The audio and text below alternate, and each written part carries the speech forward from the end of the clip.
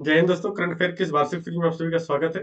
दोस्तों, आज का पहला प्रश्न है कि दिसंबर 2022 में ग्रीन सेल एक्सप्रेस ने किस वित्तीय संस्था से 255 ई बसों के निर्माण हेतु $40 मिलियन का ऋण प्राप्त किया है? तो ये प्राप्त किया है एशियन विकास बैंक, ठीक है, ADB, एशियन डेवलपमेंट बैंक से।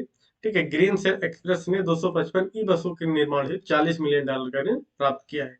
बात करें एडीबी की, तो इसकी स्थापना होती है 19 दिसंबर 1966 को, तथा इसकी जो हेडक्वार्टर है, इसका जो हेडक्वार्टर है वो फिलीपींस की राजधानी मनीला में है। फिलीपींस की राजधानी मनीला में इसका हेडक्वार्टर या मुख्यालय है।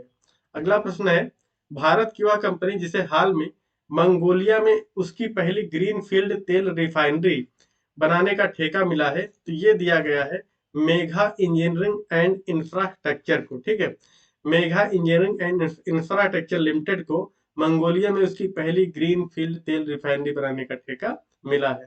अगला प्रश्न है, अक्टूबर 2022 में इराक को पिछाड़कर कौन भारत का सबसे बड़ा तेल आपूर्तिकर्ता देश बना है? तो ये बना है रूस। ठीक है, रूस ने अक्टूबर 2022 में इराक को पिछाड़ के भारत का सबसे बड़ा तेल आपूर्तिकर्ता देश हो गया है।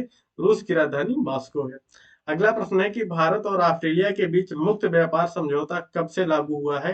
तो ये लागू हुआ है 29 दिसंबर 2022 से। ठीक है, 29 दिसंबर 2022 से भारत और ऑस्ट्रेलिया के बीच मुक्त व्यापार समझौता लागू हो चुका है। अगला प्रश्न है, फोर्ब्स पत्रिका द्वारा हाल ही में जारी वर्ल्ड एम्प्लॉयर रैंकिंग 2022 के अनुसार कौन सी निजी क्षेत्र की कंपनी भारत की सर्वश्रेष्ठ नियोक्ता बनी है? तो ये बनी है रिलायंस। रिलायंस इंडस्ट्री जो है वो फोर्ब्स पत्रिका द्वारा जो रैंक जारी किया गया उसके अनुसार भारत की सबसे बड़ी नियोक्ता कंपनी बन गई है।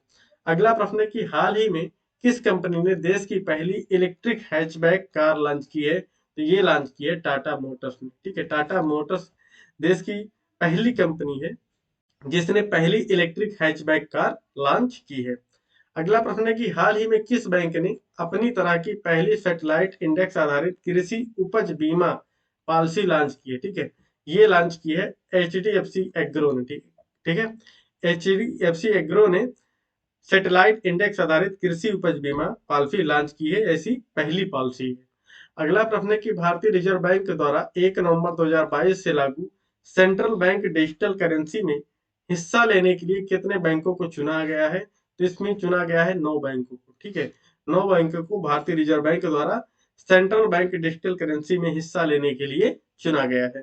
अगला प्रश्न है कि हाल ही में केंद्र सरकार ने किस राज्य के रंजन गांव में राज्य के पहले इलेक्ट्रॉनिक विनिर्माण क्लस्टर की मंजूरी दी है?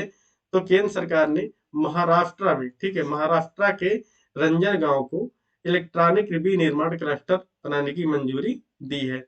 अगला प्रश्न है कि भारतीय कृषि अनुसंधान केंद्र द्वारा हाल ही में विकसित पूसा नरेंद्र काला नमक 1652 किस फसल की नई किस्म है? ये चावल की। ठीक है, जो पूसा नरेंद्र काला नमक 1652 जो है वो चावल की नई किस्म। ठीक है, अगला प्रश्न है कि HDFC सिक्योरिटीज द्वारा अक्टूबर 2022 में भारत में प्रथम महिला डिजिटल केंद्र कहाँ खोला गया? ये खोला गया है बेंगलुरु कर्नाटक में। ठीक है, HDFC सिक्योरिटी द्वारा अक्टूबर 2022 में भारत की प्रथम महिला डिजिटल केंद्र बेंगलुरु कर्नाटक में खोला गया है। अगला प्रश्न है, 20 अक्टूबर 2022 को फोन पे ने भारत में अपने पहले ग्रीन डाटा सेंटर की शुरुआत कहां पर की है? तो ये की है मुंबई महाराष्ट्र में। ठीक है, फोन पे ने भारत में अपने पहले ग्रीन डाटा सेंटर की शुरुआत मुंबई महाराष्ट्र में की है। अगला प्रश्न है कि भारत का वह पड़ोसी देश जिसे 11 नवंबर 2022 को अंतरराष्ट्रीय मुद्रा कोष द्वारा आर्थिक संकट से निपटने के लिए $4.5 बिलियन का ऋण देने की घोषणा की गई है?